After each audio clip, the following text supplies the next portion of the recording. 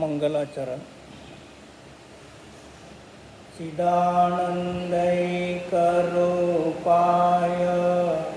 जिनाय परमात्मने परमात्मप्रकाशाय नित्यं सिद्धात्मने नमः.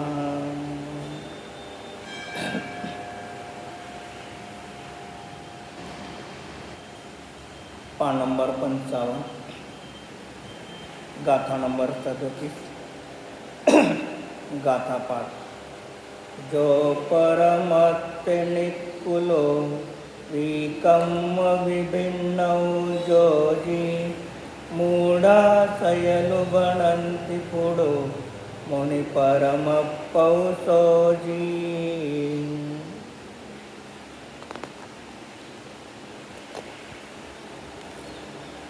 परमार्थ से जो देह सेवा कर्म से है भिन्न ही परमूढ़ इन से सहित कहते मान परमात्मा वही. आचार्य योगेंद्र देव विरचित परमात्म प्रकाश ग्रंथ. मूल ग्रंथ टीकाकार ब्रह्मदेव सूरी आचार्य विरचित टीकाकार आहे. यामध्ये योगेंद्रदेव आचार्य एक पहिल्यांदा स्वतःला संबोधन करतात आणि व्यवहारण्याने शिष्याला संबोधन करतात आणि भविष्य काळातल्या येणाऱ्या जीवाला ग्रंथाच्या माध्यमातून लिहून अज्ञानी जीवाला ज्ञानी होण्याच्या दृष्टीने ग्रंथाची रचना केलेली आहे. आचार्य मागटल्या गाथेमध्ये शुद्ध आत्मा कर्म शरीरापासून भिन्न आणि अनादी कालापासून शरीरात असताना सुद्धा तो भिन्न आहे असा स्वतःचा शुद्ध आत्मा ध्यानासाठी चिंतन मनन करण्यासाठी उपयोगी आहे, अन्य कोणीही उपयोगी नाही. हे मागटल्या गाथेत सांगितल्यानंतर आता परत या गाथाने ते सांगतात. आगे निश्चय नैसे आत्मा देह और कर्म से रहित है, तो भी मूढ़ अज्ञानियों को शरीर रूप प्रतीति मालूम होता है, ऐसा कहता है. आचार्य सांगतात निगोदापासून ते सिद्धापर्यंत सर्व जीवाचा आत्म्याचा स्वभाव निश्चयाने देहाने रहित आहे आणि 8 कर्माने रहित आहे. प्रत्येक द्रव्य आपल्या आपल्या स्वतःच्या द्रव्याच्या गुणाची पर्याय स्वयंद्रव्य घेतं. एक द्रव्य अन्य द्रव्याच्या गुणाचा पर्याय करत नाही. असं सिद्धांत असताना सुद्धा मूढ म्हणा, अज्ञानी म्हणा, मिथ्यादृष्टी किंवा दुःखी जो संसारी जीव आहे तो शरीराच्या स्वरूपाला आत्म्याचंच स्वरूप मानतो. हे ते काय आहे? अज्ञानीची अज्ञानरूप मिथ्या श्रद्धा ज्ञान चारित्राची परिणती आहे. परमार्थ से जो शरीर से रहित और कर्म से पृथक होने पर भी जिसे मूढ़ बहिरात्मा स्पष्ट रूप से शराधिमय कहते हैं, तुम उसे ही परमात्मा जानो. आचार्य सांगतात की परमार्थाने शरीर आणि आत्मा हे दोन्ही भिन्न आहेत. आत्मा शरीराने रहित आहे, कर्माने रहित आहे आणि कर्म शरीर आत्म्याने रहित आहेत. असे दोन्ही पृथक असताना सुद्धा मूढ अज्ञानी बहिरात्मा जीव स्पष्ट रूपाने त्या आत्म्याला शरीर म्हणजेच आत्मा आहे, कर्म म्हणजेच आत्मा आहे असं म्हणतो. मग जो अज्ञानी मानतो, जाणतो, अनुचरण करतो त्याला तू काय कर? परमात्मा जाण. जी जो शरीरामध्ये राहत असताना सुद्धा शरीरूप होत नाही. तो परमात्मा आहे. कर्मामध्ये राहत असताना कर्माचा बंध उदय असताना सुद्धा तो आत्मा त्या कर्मरूप होत नाही.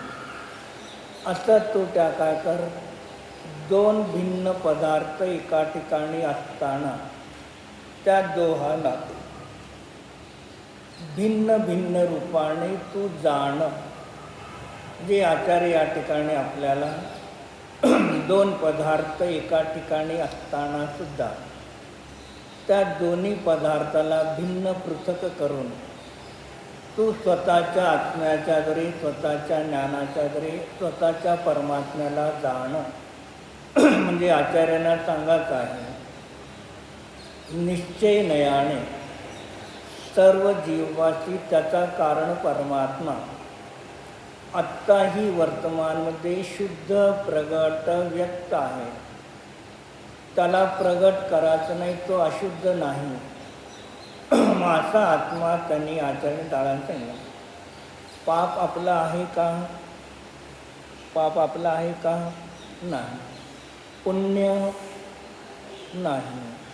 मग पाप पण आपलं नाही, पुण्य पण आपलं नाही. मग भाव पुण्य पाप तो आत्म्याचा स्वभाव नाही. द्रव्य पुण्य पाप तोही आत्म्याचा स्वभाव नाही. मग द्रव्य पुण्य पापाला, भाव पुण्य पापाला जाणणारा जो आत्मा आहे तोच आपला आत्म्याचा स्वभाव आहे. जे पुद्गल द्रव्याची होणारी पर्याय, पुण्य पापरूप कर्म शरीर आणि आत्म्याचे होणारे पुण्य पापाचे भाव कर्म, हे दोन्हीही काय आहे? आत्म्याचा शाश्वत त्रिकालवर्ती स्वभाव नाही. हे निर्णय करा. दुसरं सांगतात, शरीर आणि पुण्य पाप कर्म हे तर सर्वता भिन्न परद्रव्य आहे. होते आणि परद्रव्यच राहणार. पण आपल्याच जीवाचे परद्रव्याला लक्ष्य करून होणारे पुण्य पाप भाव कथंचित आगम भाषेच्या अपेक्षेने व्यवहारण्याने आपले म्हटले गेले, पण जीवामध्येच उत्पन्न होतात. जीवच परिणाम करतो. म्हणून कथंचित व्यवहारण्याने ते जीवाचे आहे. व्यवहारण्याने जीवाचे असताना सुद्धा पुण्य पापाचे परिणाम उत्पन्न होतात, नष्ट होतात. साधी शांत आहे, कार्य आहे, व्यतिरेक आहे. म्हणून ती पर्याय धर्म असून तो माझा आत्म्याचा स्वभाव नाही. असा निगोदापासून सिद्धापर्यंत आणि सिद्ध झाल्यानंतर सुद्धा जाणणे पाहणे मात्र असा एक जो शुद्ध आत्मा आहे तेवढाच मी आहे, होतो आणि पुढे राहणार. याला सोडून मी अन्य कोणीही नाही. असं सामायिकच्या वेळेला, ध्यानाच्या वेळेला आपल्याला फक्त ज्ञानाच्या द्वारे भिन्न करायचं आहे. काय करायचं आहे? ज्ञानाच्या द्वारे भिन्न करायचं आहे. पदार्थाला भिन्न करायची आवश्यकता नाही. पदार्थ भिन्न होते, भिन्न आहेत आणि भिन्नच राहणार आहे. पण भिन्न पदार्थाला आपण अभिन्न रूपाने जाणलं होतं, श्रद्धान केले होते आणि त्या रूपाने अनुचरण केलं.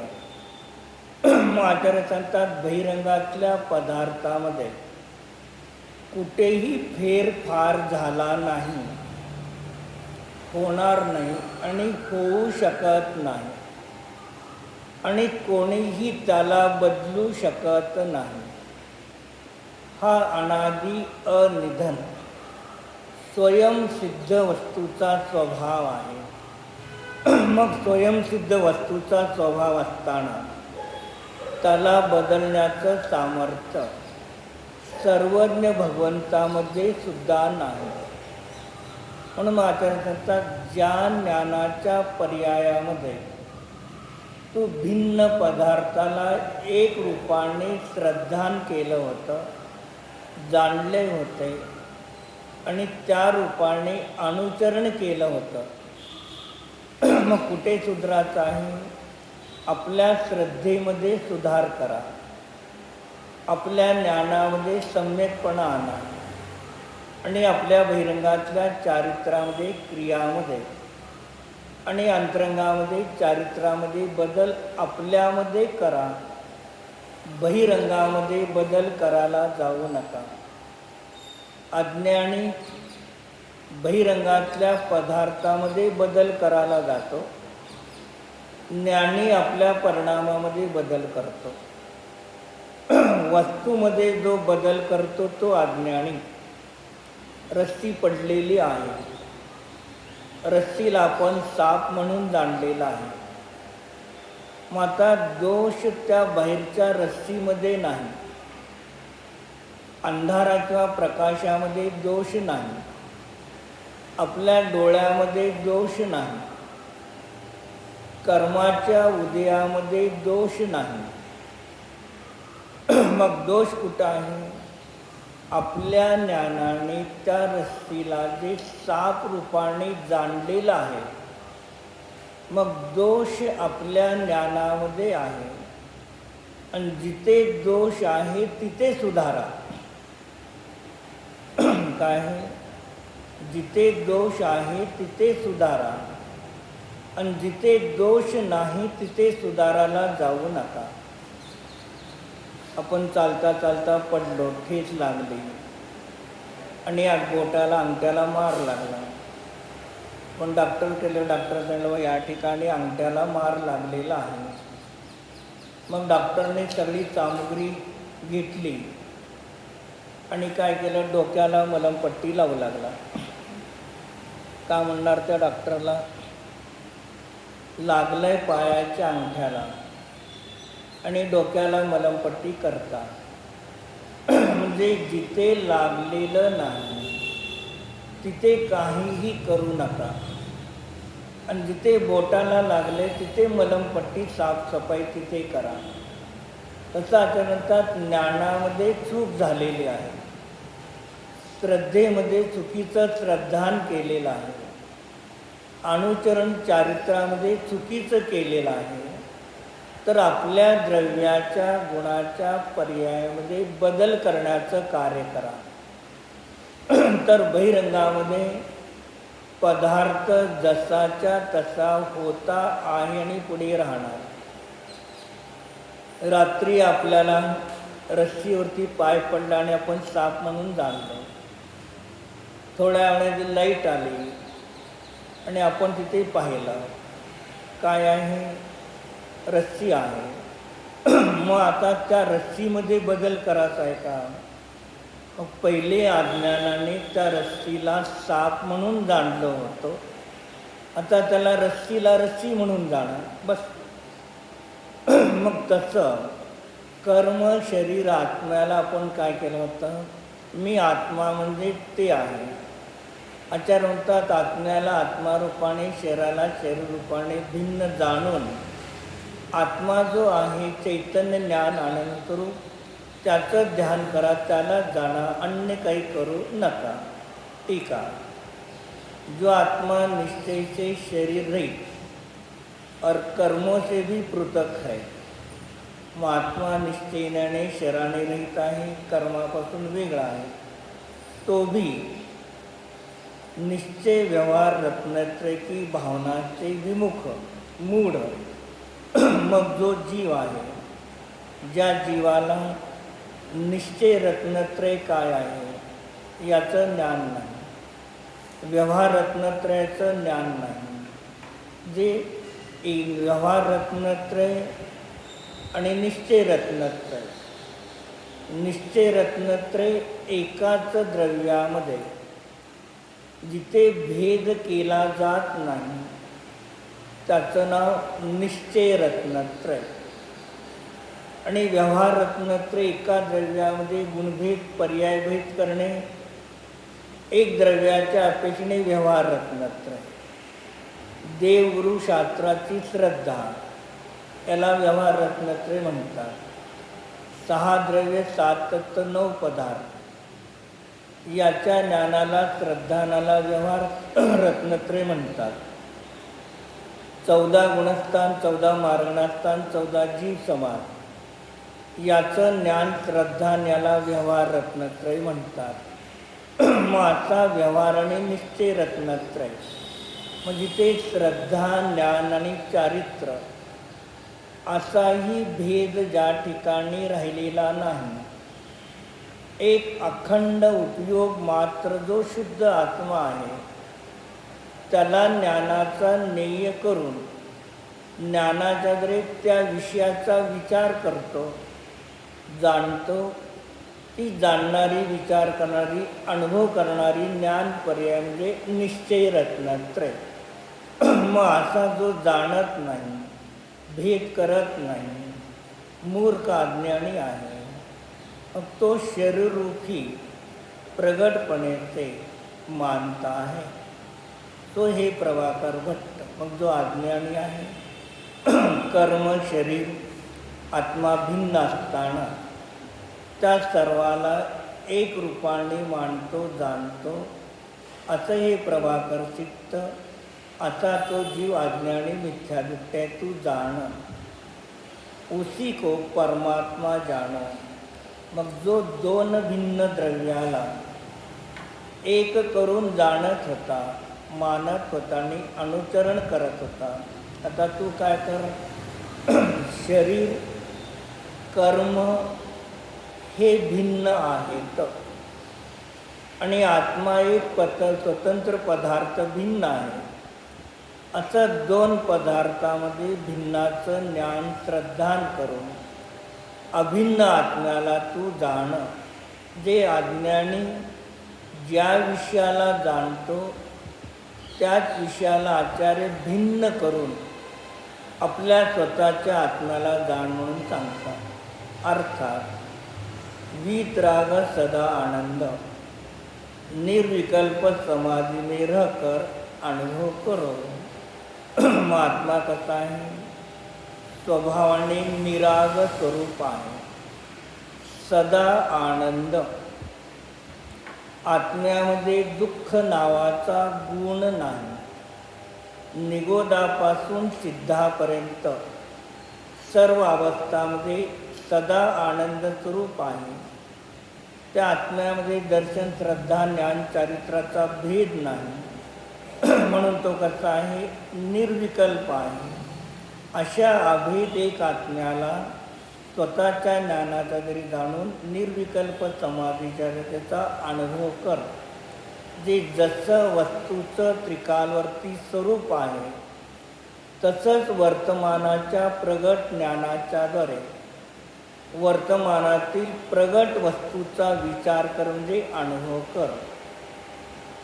पुढे, वही परमात्मा शुद्ध आत्मा के वैरी मिथ्यात्व रागादि को दूर होने के समय ज्ञानी जीवों को उपादेय है. मग तो शुद्ध आत्मा परमात्मा, याच्या विरुद्ध कोण आहेत, वैरी, मिथ्यात्व रागादी भाव. मग आचार्य या ठिकाणी आपणाला वैरी कुठे बाहेर कोणीही नाही. आपल्या श्रद्धा गुणाची मिथ्या पर्याय, चारित्राची रागद्वेषरूप परिणती आणि ज्ञानाचं परनिरूपाने परिणमन, असं आपल्या श्रद्धा, ज्ञान, चारित्र गुणाची जी परिणती आहे, तेच कोण आहे, आपले शत्रू वैरी आहेत. मग याला काय कर, अशा आत्म्याला जाणतो तेव्हा ते काय करतात, दूर होणे के समय. मग ते अशा आत्म्याला जाणताना ते स्वयं दूर होतात आणि ज्ञानी जीवाला ध्यानामध्ये असा स्वतःचा आत्मा ध्यानासाठी उपयोग आहे. और जिनके मिथ्यात्व रागादि दूर नहीं हुए हैं, वे उसे हे मानते हैं उपादेय नाही है. मग जे सम्यक झाले, आत्म्याचा अनुभव घेतला आणि त्यांच्यामध्ये सुद्धा काय रागादी परिणाम, चारित्र मोहाच्या अपेक्षेने रागादी परिणाम होतात. शौशम सम्यक पहिले पूर्व अवस्थेमध्ये मिथ्यादृष्टी होतात.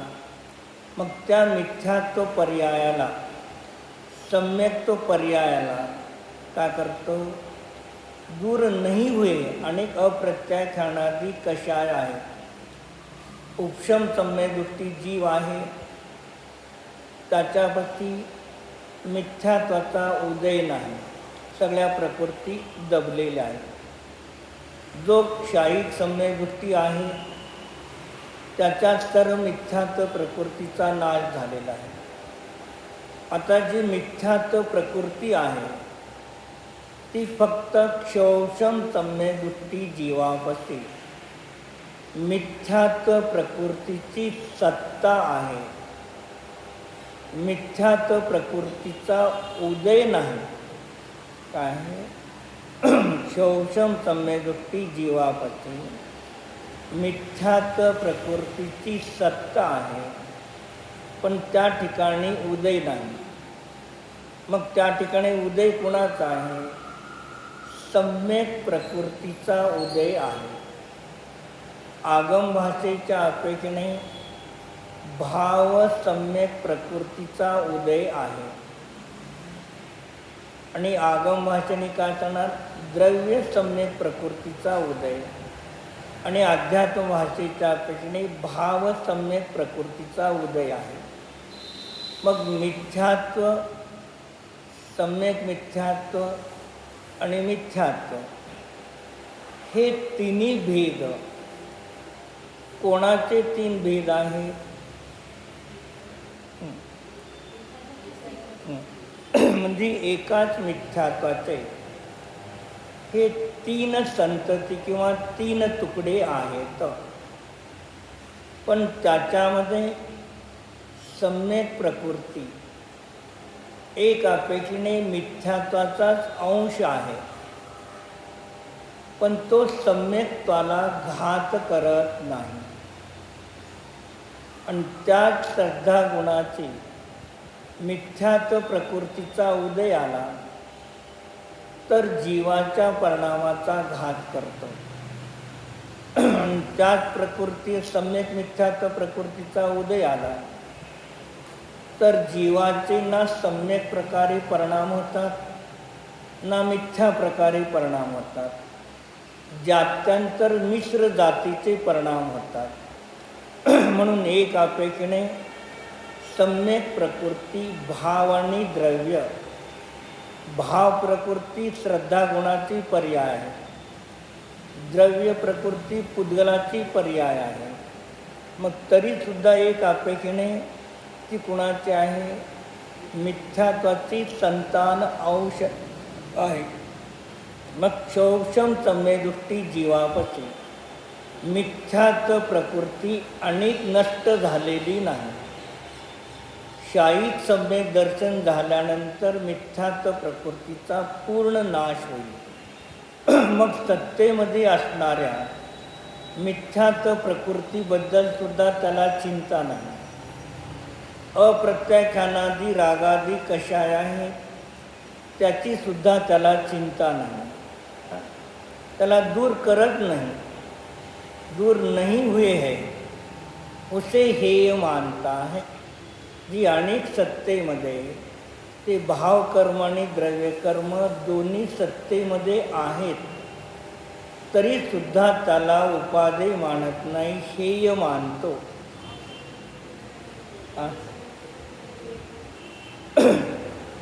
जसं भाव सम्यक प्रकृती आणि द्रव्य सम्यक प्रकृती. मग भाव का झाले, अशुद्ध निश्चयाने जीवाच्या श्रद्धा गुणाचा एक असतो मिथ्यात्व.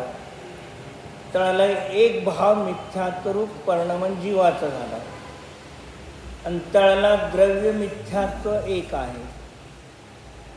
मग दोन्ही कसे झाले, एक स्वतंत्र आहे.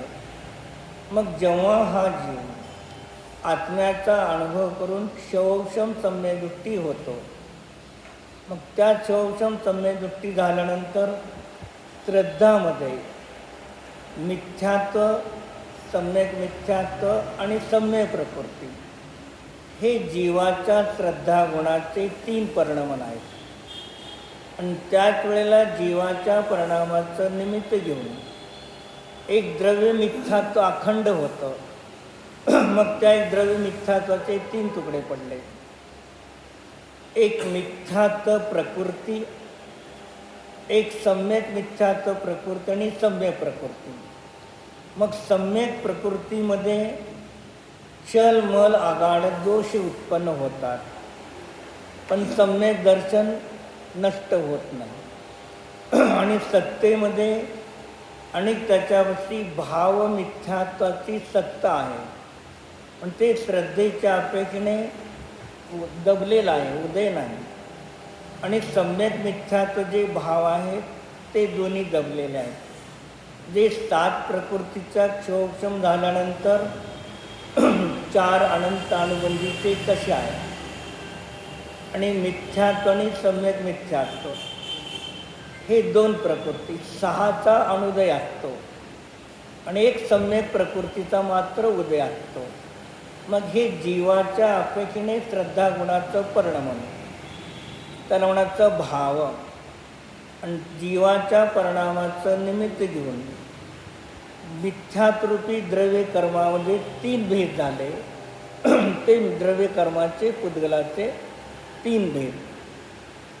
दोघांमध्ये निमित्त नैमित्तिक संबंध आहे, पण कर्ता कर्म संबंध नाही. जीवाचे भाव जीवाला होतात आणि पुद्गलाची परिणती पुद्गलामध्ये होते. पण मग याप्रमाणे आचार्याने सांगितलं, अज्ञानी असेल, मग आचार्याने 2 दाखवलं आपल्या ठिकाणी. जर तुम्ही अज्ञानी असताल, मिथ्यादृष्टी असताल, आत्मा शरीर पुण्य पाप कर्म ह्या सर्वाला एक रूपाने जाणत असताल, श्रद्धान करत असताल, अनुचरण करत असताल, तर तुम्ही बहिरात्मा मिथ्यादृष्टी आहात. आणि जर तुम्हाला अंतरात्मा व्हायचा असेल, सम्यकदृष्टी व्हायचा असेल, मोक्ष मार्गस्थ व्हायचं असेल, तर काय करायचं आहे. हे आत्मा शरीर कर्म पुण्यपाप एका ठिकाणी असताना सुद्धा मी शरीररूप नाही, मी पुण्यपाप कर्मरूप नाही, एवढं तुम्हाला ज्ञानामध्ये विचार करा, श्रद्धान करा. आणि अशा प्रकारे स्वतःच्या आत्म्याला तुम्ही जाणचाल. त्याच वेळेला तुम्ही काय होता, अज्ञानी होता तो ज्ञानी झाला. म्हणजे बहिरंगामध्ये तुम्ही कुठेही पुरुषार्थ करू नका. आपल्याच ज्ञानाच्या श्रद्धेच्या चारित्राच्या द्वारे आपणच विभारूपाने परिणमन करत होतो, तर स्वभावरूपाने परिणमन तुम्हालाच करायचं आहे, दुसऱ्याला करायचं नाही. स्वयंपाक करत असताना गॅसवरती तवा ठेवला, 2-5 मिनिटांतर तवा व्यवस्थित गरम झाला. मग एक रोटल्या करत गेलो, व्यवस्थित रोटल्या झालेल्या आहेत आणि एक रोटली करपलेली आहे. आता काय करणार. तव्यामध्ये बदलणार का गॅसमध्ये बदल करणार का बेलन आधी याच्यामध्ये बदल करणार. जे बहिरंगातल्या कोणत्याही वस्तूमध्ये बदल करू नका. जी रोटली करपली त्याला तुमचा उपयोग कुठे बाहेर होता, पराकडे होता, इकडे व्यवस्थिशीर उपयोग नव्हता. ते पुढची रोटली न करपण्यासाठी सगळी निमित्त सामग्री तर बहिरंगामध्ये जशीच्या तशी आहे. जो उपयोग बाहेर जात होता ना तिथे एकाग्र करा, तर ती रोटली स्वयं व्यवस्थिशीर करपणार नाही. मग तसे आपलीच ज्ञान पर्याय या सर्व पदार्थाला एक करून मी आत्मा आहे म्हणून जाणत होतो, ते तुमचं ज्ञान कसं आहे? चुकीचं आहे. हरण आहे, राजस्थानच्या क्षेत्रामध्ये आहे आणि उन्हाळ्यात दुपारचं ऊन पडलेलं आहे आणि त्या हरणाला दुरून काय दिसतं? पाणी. मग आता त्याला दुरून पाणी दिसतं, मग त्या हरणाचं ज्ञान खरं का खोटं? त्याला तिथे हरणाला तिथे जल दिसतं वाळवंटामध्ये, उन्हाळ्यामध्ये. मग त्याला जल का दिसलं तिथं? भूमी आहे, भूमीमध्ये तो जल मानतो का? नाही. उन्हाला जल मानतो का तो? मग त्याला त्या उन्हामध्ये जी हवा निघालेली आहे, हवेचं वाहनं चालू आहे, मग त्याला ज्ञान झालं ते जल आहे. मग बाहेरच्या विषयामध्ये खोटेपणा आहे का ज्ञानामध्ये? मग त्या हरणाचं जे शरीर आहे, शरीरामध्ये क्रिया होत नाही. हरणाने डोळ्याने जे जाणलं, त्या डोळ्यामध्ये शरीरामध्ये जडमध्ये क्रिया होत नाही. मग त्या शरीराच्या क्षेत्रामध्ये जो आत्मा आहे, ज्ञानस्वरूप, त्या ज्ञानस्वरूप आत्म्यामध्ये विपरीत आलेले आहे, जे बहिरंगातल्या पदार्थामध्ये कुठेही विपरीतता नाही. मग आता त्या हरणाला काय असतं? मग तो हरण पळत पळत निघतो आणि पाण्यामधून जातो, पाण्यामधून जातो, पण पुढे जातो. मग जिथे पाणी आहे तिथून गेला, पण तिथे थांबला नाही. जिथे जल नाही म्हणून त्या ठिकाणी तो पळत पळत गेला.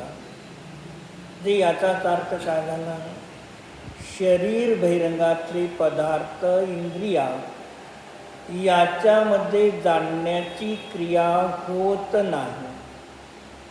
त्या शरीरामध्ये असणारा जो आत्मा आहे, त्या आत्म्यामध्ये जो ज्ञानगुण आहे, त्या ज्ञानगुणामध्ये जाणण्याची क्रिया झाली.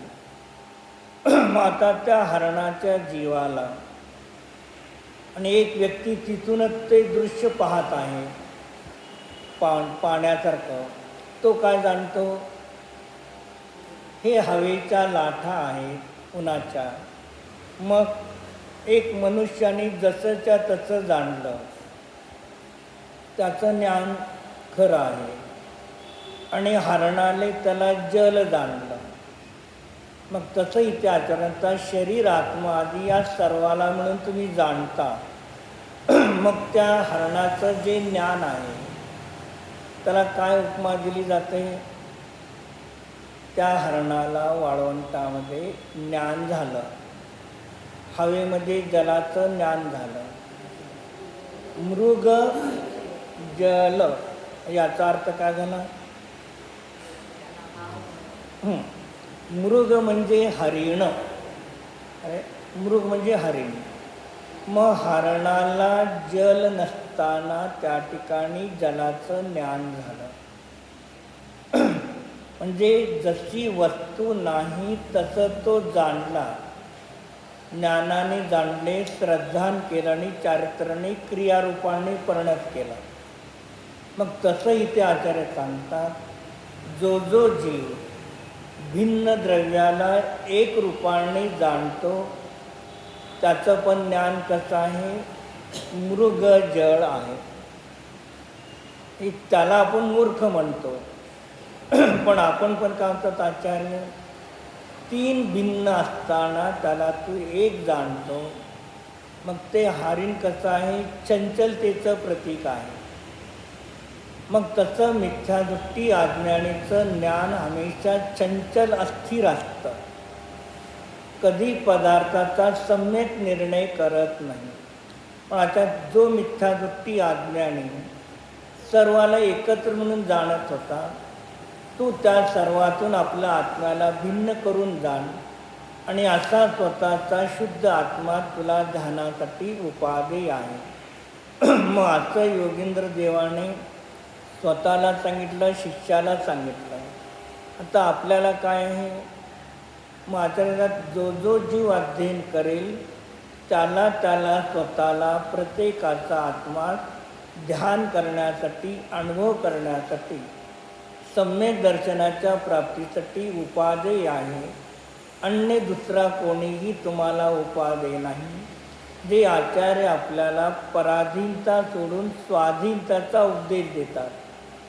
मग जो जीव निर्णय करेल व्यवहारण्याने कर्म शरीर आदी आहे, तरी निश्चय दृष्टीने माझा आत्मा या सर्वापासून भिन्न एक अनादि अनंत ज्ञानानंद स्वरूप आहे असा उपादेय करून ध्यान करेल तर तो आत्ता पर्यायामध्ये सम्यक दर्शन प्राप्त करू शकतो. जे स्वपराचं भेद विज्ञान करून स्वला स्वरूपाने जाणार, तर पर स्वयं भिन्न होते आहेत आणि त्याला भिन्न करण्याची आवश्यकता नाही. प्रति तुमच्या अपार्टमेंटमध्ये किती प्लॉट आहेत? तुमच्या अपार्टमेंटमध्ये किती प्लॉट आहेत? 8 आहेत. तर तुम्हाला मंदिरमध्ये हे माझं घर नाही, हे माझं नाही असं सांगावं लागतं का? आपल्या आपल्या घरामध्ये प्रवेश केलो तर बाकीचे 7 भिन्न होते, भिन्न आहेत आणि भिन्न राहणारच आहेत. मग तसं आचार्य म्हणतात, आजपर्यंत मी हे नाही नाही नाही हे निर्णय केला, पण कोण आहे याचा निर्णय केला नाही. म्हणून त्याला काय म्हटलं जातं, लोकव्यवहारामध्ये नर्मदेचे नरम गोटे, कडक गोटे, त्या पाण्यामध्ये किती काळ सुद्धा तुम्ही गोटे ठेवले ते नरम होतील का? तसं आपण किती जिनवाणी ऐकली, सांगितले. देवगुरु शास्त्र सांगतात, तुमच्यापाशी तुमचा आत्मा निश्चय दृष्टीने शुद्ध आहे, पर्याय दृष्टीने अशुद्ध आहे. पर्यायाची अशुद्ध पण सांगतात, द्रव्याची शुद्धता पण सांगतात. पण पर्यायाच्या अशुद्धीने पर्यायामध्ये शुद्धी येत नाही. तर द्रव्याचं शुद्ध आत्म्याचं ध्यान केलं तर पर्यायामध्ये शुद्धी येते. मग हे आचार्य सांगत असताना आपण ऐकणार नाही, श्रद्धान करणार नाही, त्या रूपाने परिणमन करणार नाही. तर आदिनाथ मारीचीला बदलू शकले नाही ते. तर तुम्ही आम्ही जे आपल्यापाशी तर काहीच नाही. म्हणून आचार्य सांगतात, दुसऱ्याला बदलण्यासाठी प्रयत्न करू नका, स्वतःला बदलण्याचा प्रयत्न करा. स्वतःला बदलण्याचा प्रयत्न केला तर दुसऱ्याकडे बदल होईल पण आणि होणार पण नाही. मग दुसऱ्यामध्ये बदल झाला तर आपल्याला काय फायदा, आणि दुसऱ्यामध्ये नाही बदल झाला तर काय फायदा आहे? काहीच नाही. म्हणून काय सांगितलं, सब कुछ सीखा हमने ना सीखी होशियारी, सचे के दुनिया वाले हमें आणारे.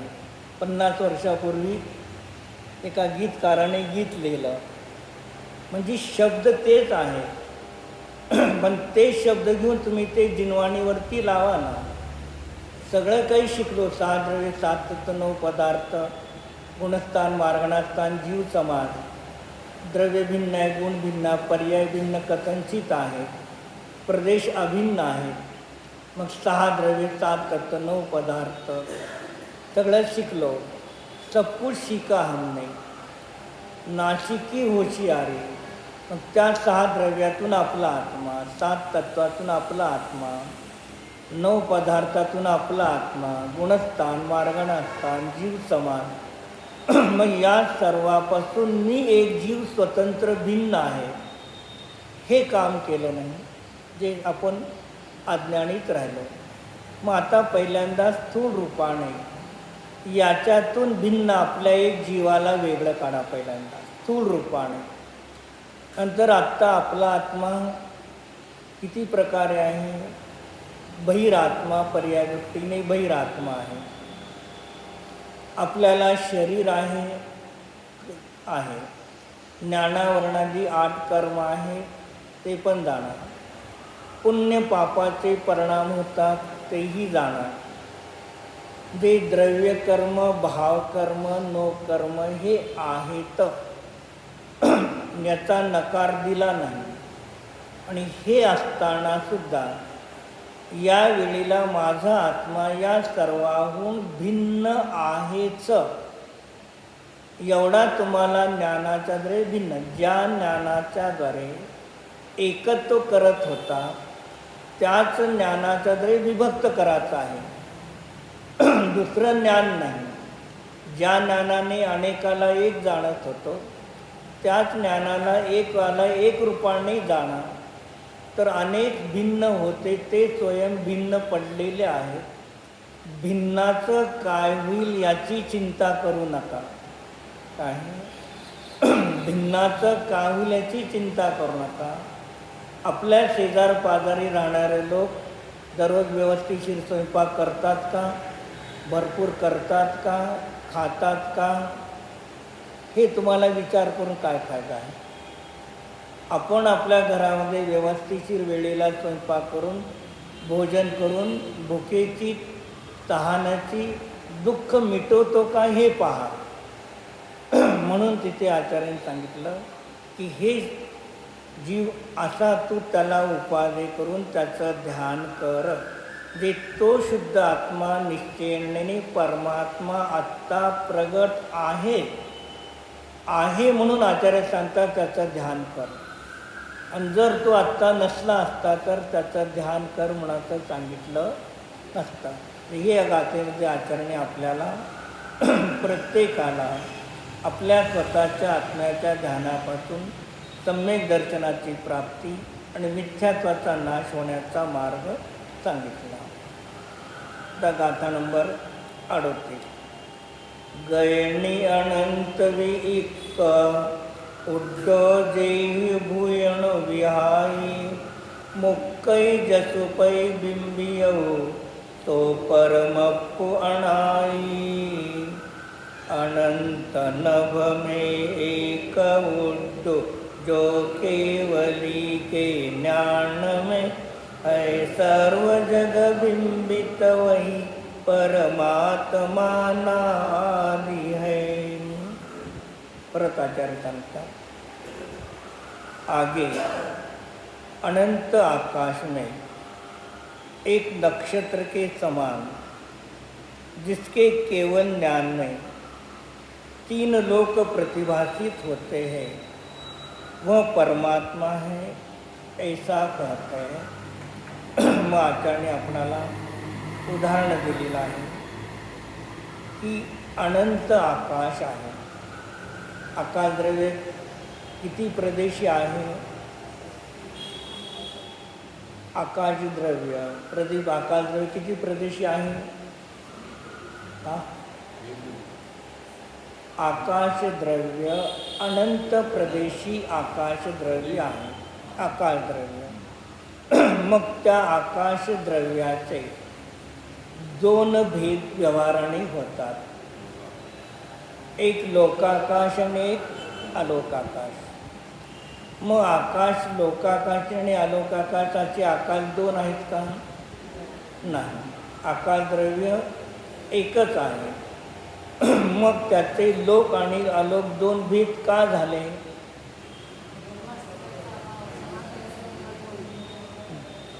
मग लोक आणि अलोक याचा भेद होण्याचे मुख्य कारण कोणती द्रव्य आहे? मुख्य धर्म आणि अधर्म या 2 द्रव्याच्या द्वारे आकाशाचे लोकाकाश आणि अलोकाकाश असे 2 भेद झाले. आपलं घर आहे समजा, मग ते घराचं क्षेत्र अखंड एक आहे 1000 स्क्वेअर फूट. पण इथे किचन बनवलं आहे, ते हॉल आहे, बेडरूम आहे, शुद्धीच्या शरीराच्या शुद्धीचं क्षेत्र आहे. मग याच्या अपेक्षेने याचे भेद झाले क्षेत्राचे, पण या सर्वांमध्ये अखंड रूपाने क्षेत्र एक आहे. तसं धर्मद्रव्य आणि अधर्मद्रव्य जेवढ्या आकाशाच्या प्रदेशामध्ये स्थित आहे त्याला लोकाकाश संज्ञा प्राप्त झाली. काय झाली? लोकाकाश संज्ञा. आकाश आणि आलोकाचा भेद नाही, पण धर्म आणि अधर्मामुळे त्याला लोकाकाश संज्ञा प्राप्त झाली. मग धर्म अधर्म आकाशाच्या जेवढ्या प्रदेशामध्ये आहे तेवढ्याच क्षेत्रामध्ये जीव आणि पुद्गल गमन करतील, तर त्या गमनाला कारण धर्मद्रव्य, स्थितीला कारण अधर्मद्रव्य. पण धर्म अधर्मामुळे भेद झाला. नंतर जीव आणि पुद्गलाची गती आणि स्थिती, पण ते झालं अनंत आकाशामध्ये एक नक्षत्रासमान.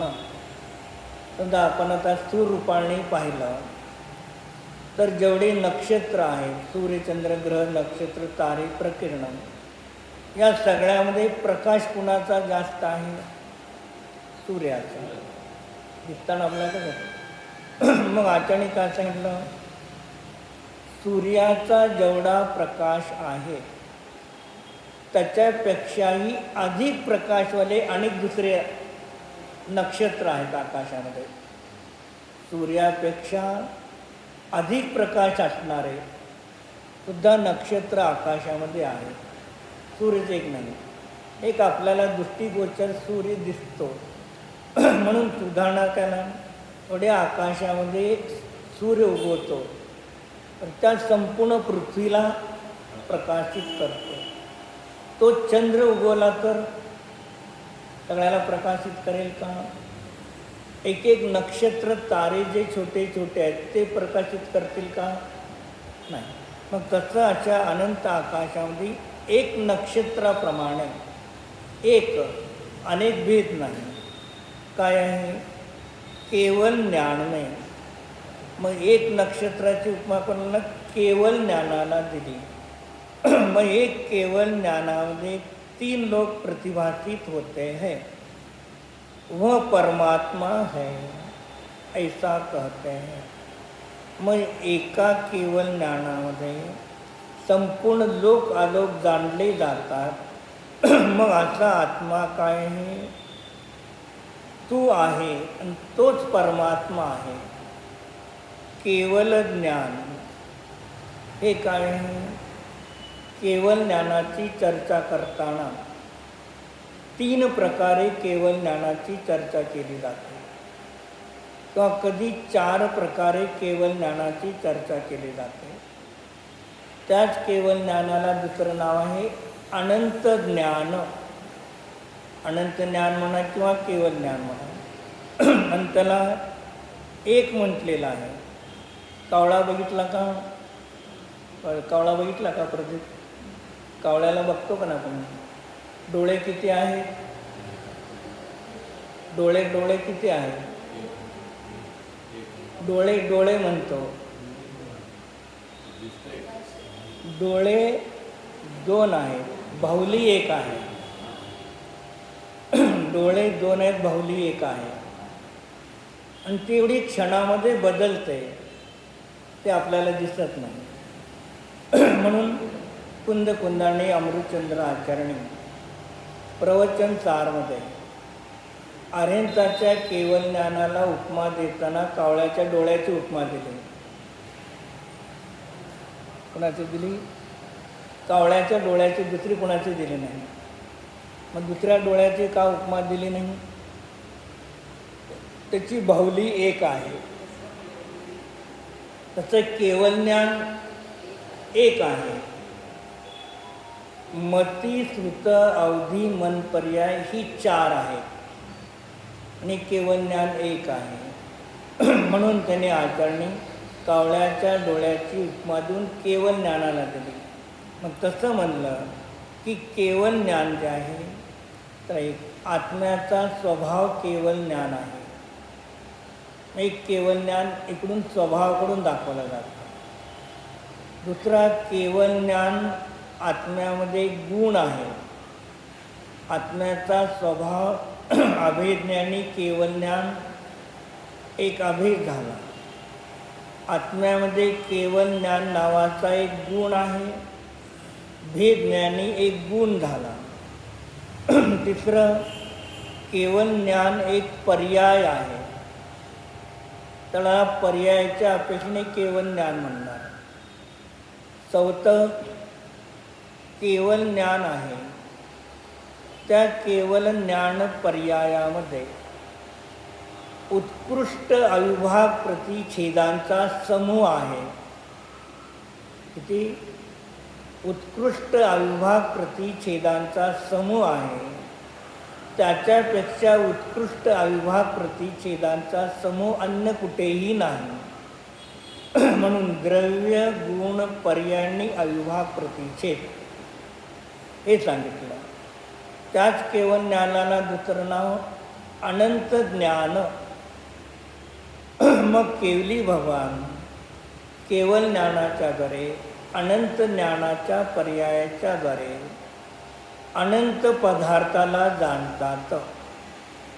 आता एक ज्ञानामध्ये अनंतता आणि एक बाहेरच्या विषयामध्ये पदार्थामध्ये अनंतता, दोन ठिकाणी अनंत आहे. एक विषय अनंत आहे आणि एक ज्ञान अनंत आहे. मग तिथे सांगतात ज्ञानाकडून स्वतंत्र चर्चा करो तर अनंत पदार्थाला केवल ज्ञान किंवा अनंत ज्ञान का जाणतं? अनंत पदार्थाला केवल ज्ञान किंवा अनंत ज्ञान का जाणतं? का सांगितलं? धनश्री वावली करणानुयोगामध्ये अविभाग प्रतिच्छेदांची चर्चा होते तेव्हा सूक्ष्म लब्ध अपर्याप्त निगोदी जीव आणि केवली भगवान दोघांचीही ज्ञान पर्याय आहे. मग दोघांच्या ज्ञान पर्यायामध्ये जे अविभाग प्रतिच्छेदांचा समूह आहे, जे शक्तीचे अंश आहे, दोघांमध्ये शक्तीचे अंश समान आहे का वेगळे आहेत?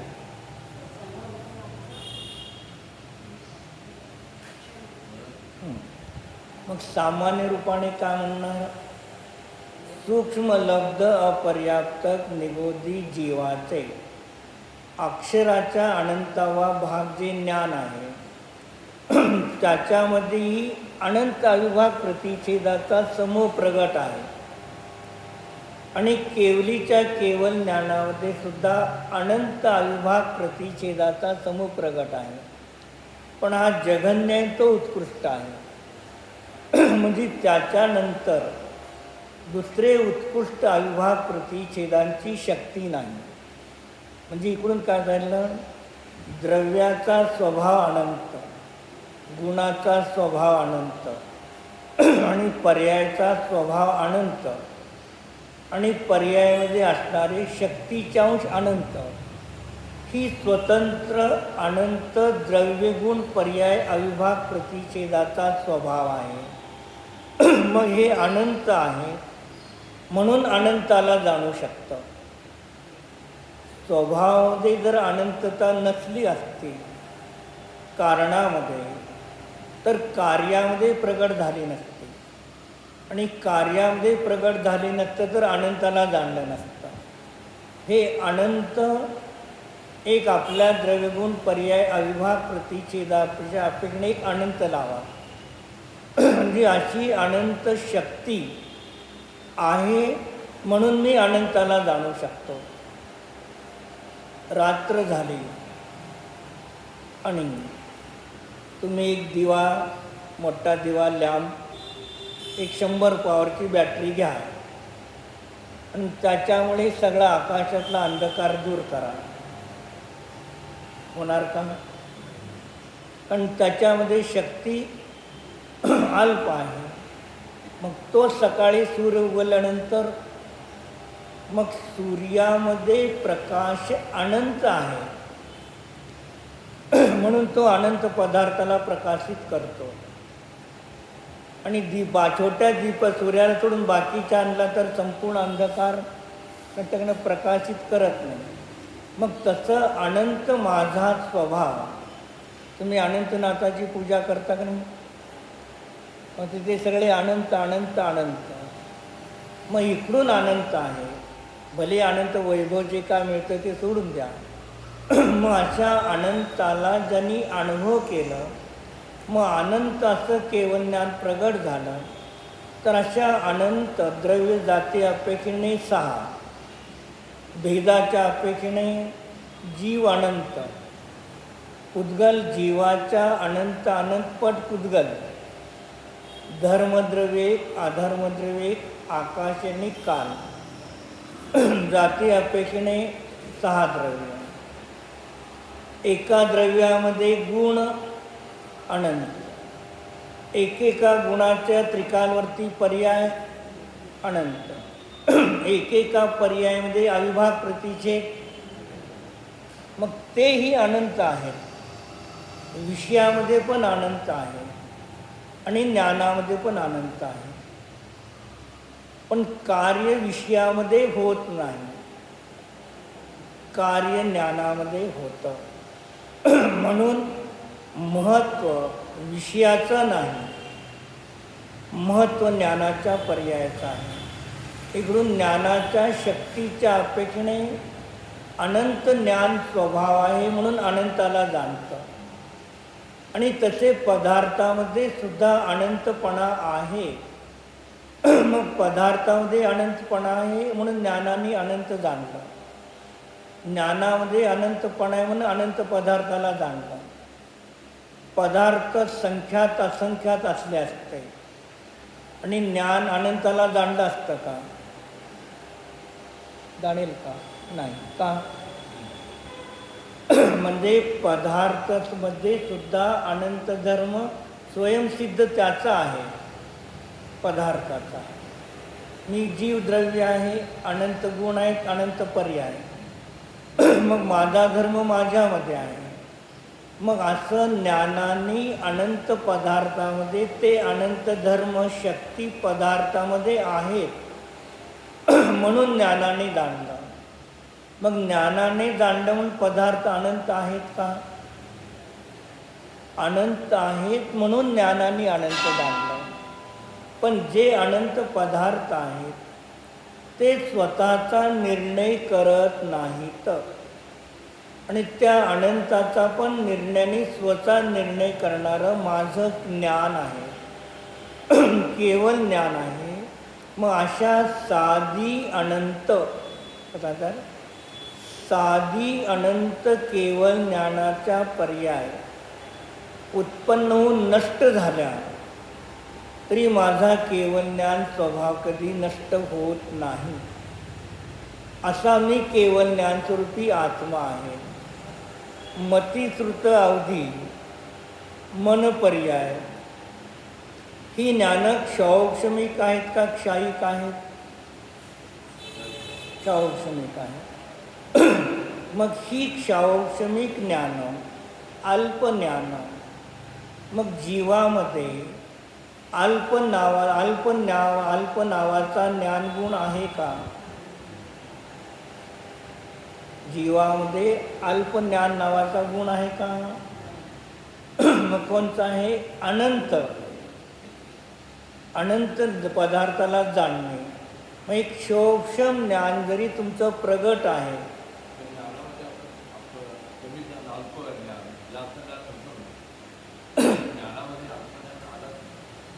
पर्यायाच्या अपेक्षेने मतिश्रुत अवधी मन पर्याय जास्त कमी ज्ञान आहे. मग हे कमी जास्त जी ज्ञान पर्याय आहे ती अनंत ज्ञान स्वभावातूनच उत्पन्न झाले का स्वतंत्र वेगळे झाले? हां, याचा अर्थ काय झाला? ही 4 सूक्ष्म जी ज्ञानं आहेत तिथे सुद्धा अनंत ज्ञानच आहे. पण त्या अनंत ज्ञानाचा काही भाग प्रगट झालेला आहे आणि जो थोडा प्रगट झाला तो अनंताचाच अंश आहे. पण एक अपेक्षेने पाहिलं तर या सर्वामध्ये अनंत केवल ज्ञान स्वभाव आहे कारण रूपाने आणि कार्यरूपाने तिथे छोट ज्ञान. मग असा आपला जो आत्मा आहे, शुद्ध आत्मा आहे, तोच परमात्मा एक आहे आणि तोच का करतो, संपूर्ण लोकाला प्रतिभासित करतो. ओम.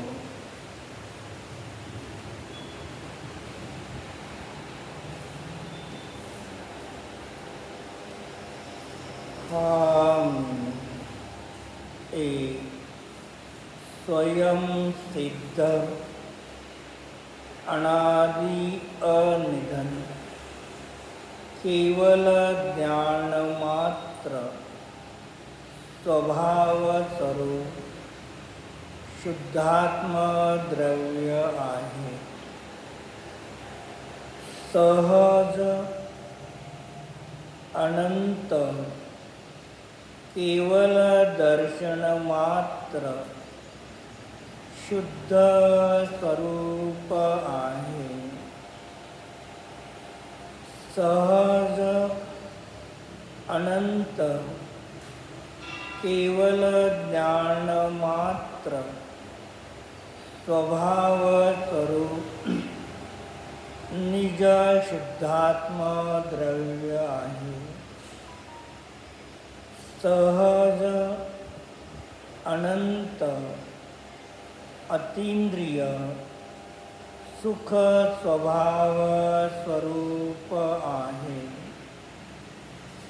सहज अनंत वीर्य स्वभाव स्वरूप निज शुद्धात्म द्रव्य आहे. निश्चय अनंत चतुष्टयाने स्वयं परिपूर्ण आहे. व्यवहार अनंत चतुष्टय पर्यायाने स्वयं परिपूर्ण आहे. अखंड चैतन्य ज्ञान मात्र स्वरूप एकाकार निज शुद्धात्म द्रव्य आहे.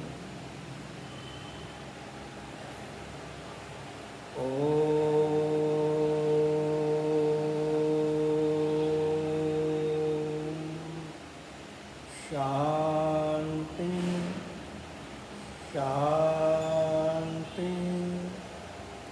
शांति.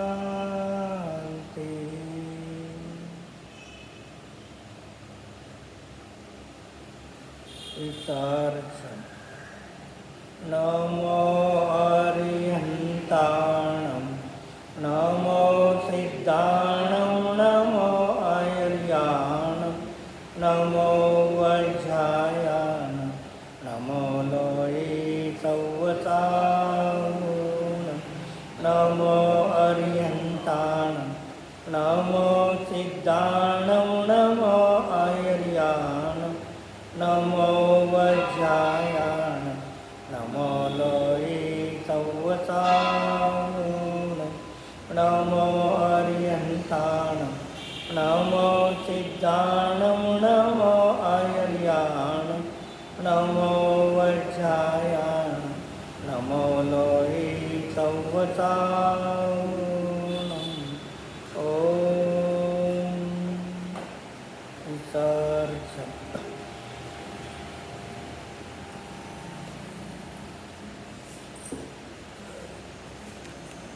गावाणी